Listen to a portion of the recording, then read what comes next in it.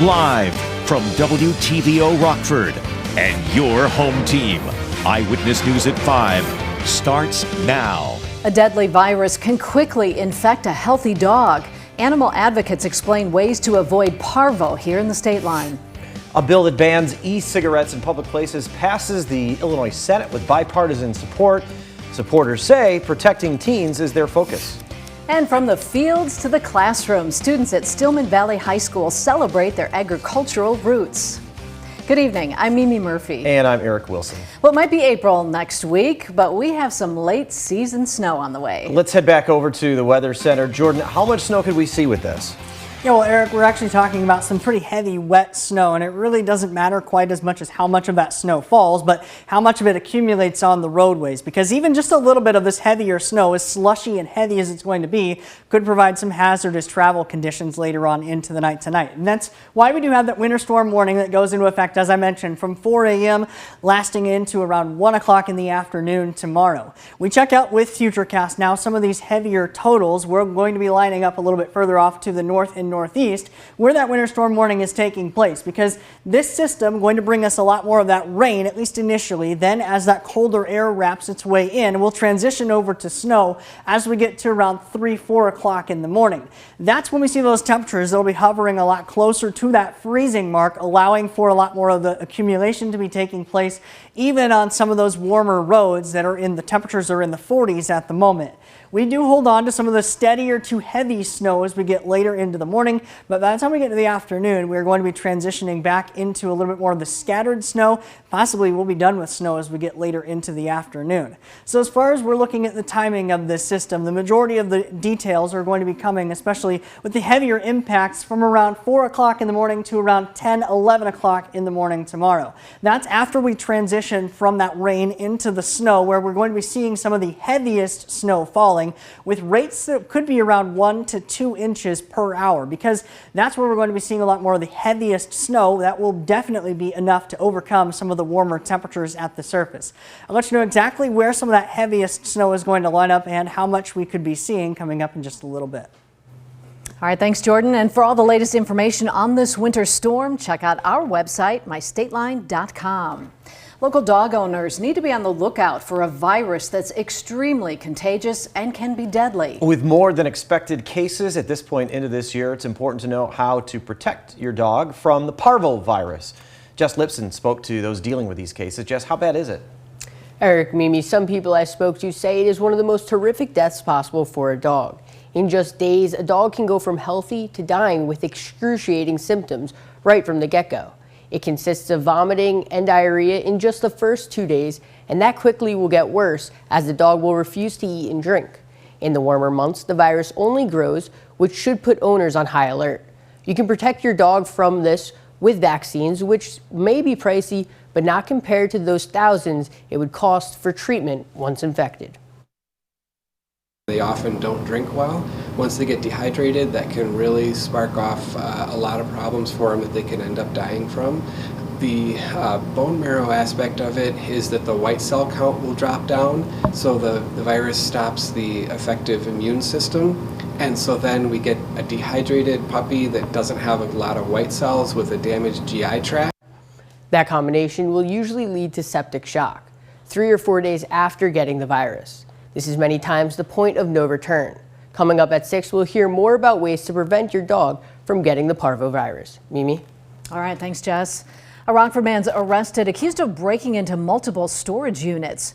51-year-old Christopher Keenest is charged with 1 count of burglary. Boone County detectives investigated multiple burglaries on Belford Industrial Drive.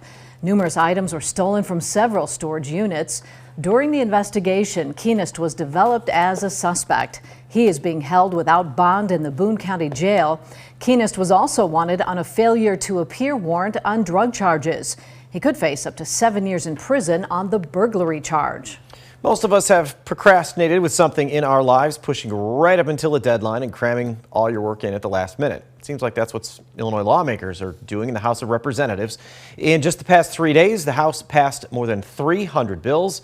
Representatives are still taking votes. The House is coming up on its 3rd reading deadline. That's a self-imposed cutoff for when lawmakers have to send all of the bills that originated in the House over to the Senate. Some of the topics include requiring schools to offer full-day kindergarten, regulating bathrooms in businesses, and preventing utility shutoffs in the summer.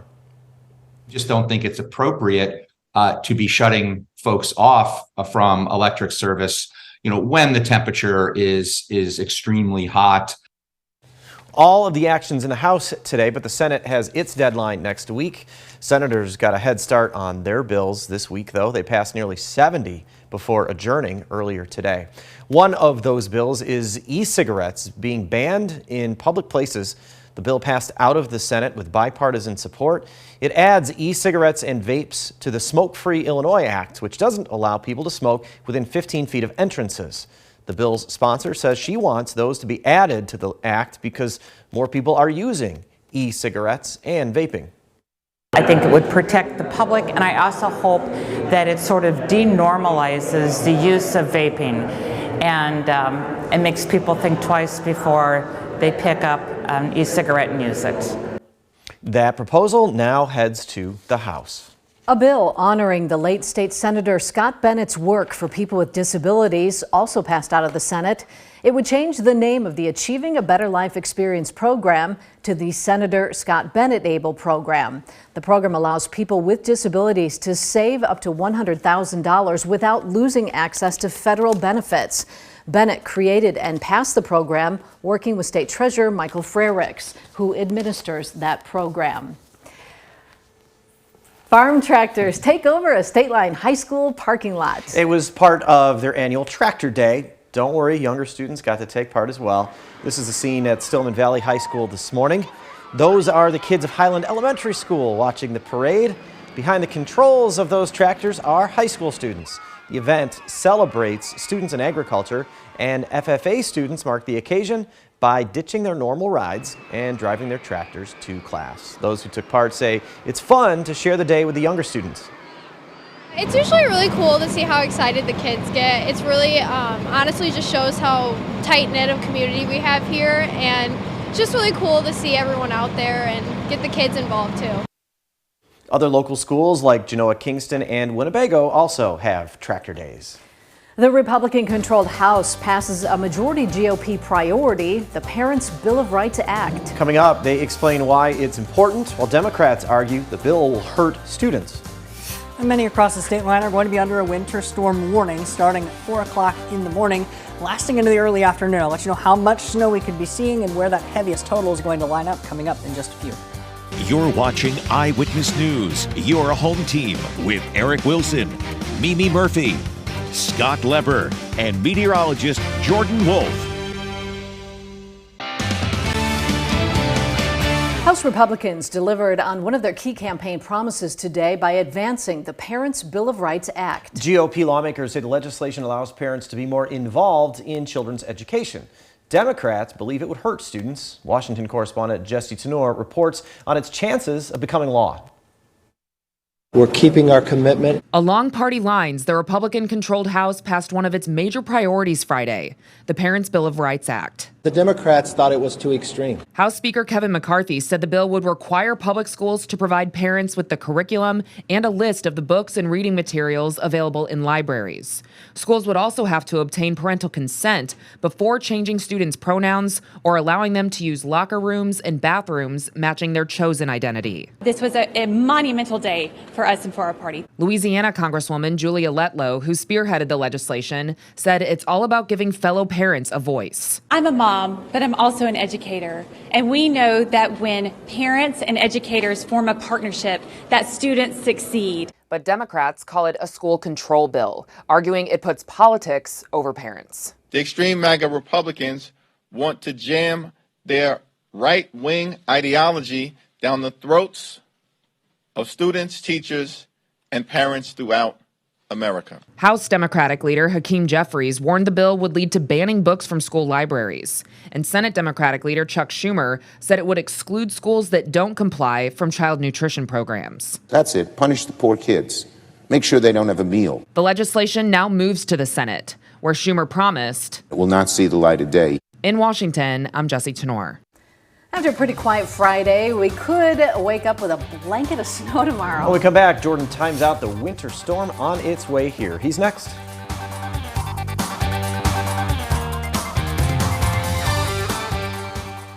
Now, your first warned weather forecast from meteorologist Jordan Wolf. Well, it might be the first week of spring, but someone must have forgotten to tell the weather because we are under a winter storm warning, and another system that we had very similar to the one that we had just a couple weeks ago is going to be working in later into the part of the week and bringing us the chance for some snow showers. The winter storm warning in effect for Ogle County, Winnebago County, Boone and McHenry in Illinois, as well as Walworth County up in Wisconsin, and the rest of the state line is under a winter weather advisory. All of those headlines start at 4 o'clock in the morning tomorrow, lasting until 1 o'clock in the afternoon. That system that we're keeping an eye on, a little bit off to the south at the moment, but as it lifts further and further north, that chances for rain are going to increase as we get later into the night tonight and then going into the evening and overnight hours tomorrow. Right now, we are actually seeing some clearing as many of us are staying dry at the moment. That clearing is going to be working in from the west, actually helping to warm us up in a couple of spots. We still see, though, fairly overcast skies on our SkyTrack camera in downtown Rockford that's brought to us by Window World.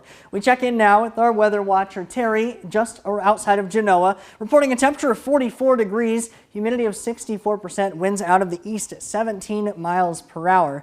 Those temperatures locally across the area are very similar to that, into the upper 40s in a couple of spots. 49 degrees with some sunshine out in Galena, 45 in Monroe, 46 in Rockford, 42 in DeKalb. Those temperatures are quite a bit warmer than freezing, and that's the good news, is that when we get these systems around this time of year, they're not going to be quite as impactful as ones that would come in during the middle of winter, because temperatures locally around the area going to be a lot warmer than when they would be as we got a system further into the middle of winter. That's why the system is not very expansive. It's a very small, very compact system, but definitely potent enough because we do have that winter storm warning surrounded by those winter weather advisories. The winter storm warning is only a couple of counties wide. As we get later into the night tonight, we're going to see why those areas did get upgraded to that winter storm warning. We do get that system with the rain chances working their way in. That transition from rain to snow takes place pretty quickly across far northern Illinois and into southern Wisconsin, where the cooling takes place a little bit quicker. The dynamic cooling as it brings some of that colder air into that system.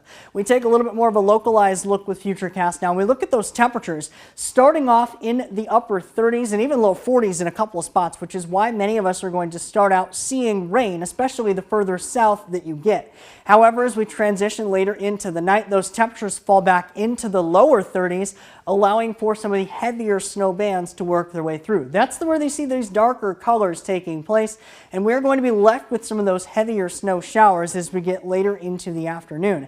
Afterwards, though, look at temperatures returning back into the 40s and maybe even into the upper 40s after we see potentially some sunshine. That could actually allow for some of that melting to take place pretty quickly into the afternoon tomorrow.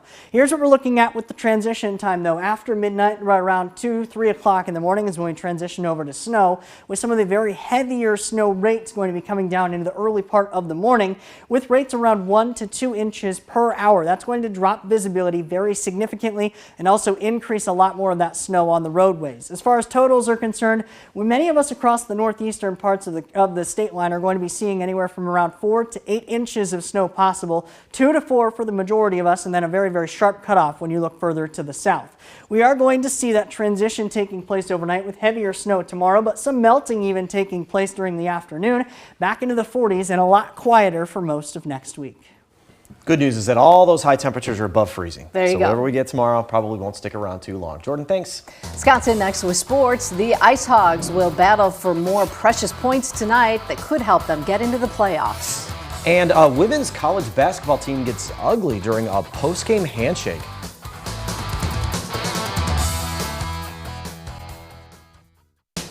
Now sports with sports director Scott Leber. 14 is the Ice Hogs' magic number for clinching a playoff berth. 14 more points to go, and they can get 2 of them tonight. They'll play in Manitoba for the second time in 3 nights against the Moose. Wednesday night, the Hogs won in a shootout, 4-3 on a shootout goal by Rocco Grimaldi. All 4 of the Ice Hogs' wins against the Moose this season have come in overtime or in a shootout. The Hogs lead the AHL with 24 overtime games this season. Grimaldi ranks 5th in the AHL in scoring. David Gust ranks 12th. Bulls are going to have their hands full tonight trying to contain Damian Lillard. They're in Portland. Lillard scored 40 on the Bulls in their last meeting last month, but the Bulls won that game. The Bulls have won the last 4 road games. Poor sportsmanship's becoming a thing in women's college basketball post-game handshake lines. Last night at the end of a women's NIT game, Memphis guard Jameer Schutz punched Bowling Green's Alyssa Brett, knocking Brett to the floor. Brett eventually got up and she walked to the locker room. Schutz has been charged with assault. Earlier this week, there was a heated verbal exchange between 2 other players in a women's college basketball game, also during the post-game handshakes. Well, we're getting closer to opening day in Major League Baseball. The White Sox have announced some of the festivities for their home opener on Monday, April 3rd. Former White Sox A.J. Pierzynski will throw out the ceremonial first pitch. John Cicada will sing the national anthem, and there will be a U.S. Navy flyover. For the Cubs home opener, Thursday, March 30th, Pat Hughes will throw out the first pitch. John Vincent will sing the national anthem. There will be an Air Force flyover, and Marcus Stroman will be the Cubs' opening day pitcher. This has been a good week for Boylan graduate T.J. Baker. He has been named the Ohio Valley Conference Golfer of the Week. Baker finished 14th out of 83 golfers at the Missouri State Intercollegiate Tournament. Baker's a junior for Southern Illinois Edwardsville. The last 2 summers, he's won the Greater Rockford Men's Golf Classic. That's sports. We'll be right back. First one, interactive radar from Rockford Auto Glass and More. Not very active at the moment, but as we get later into the night tonight, that is going to become a very, very different story. We're going to initially start out as rain as we get later into around 10 o'clock. As we get after midnight, that transition from rain to snow takes place very quickly, transitioning over to very heavy snow for the early part of the morning with some significant accumulations expected, but we are cooler and back up into the 40s for most of next week. Thanks, Jordan. Stay safe.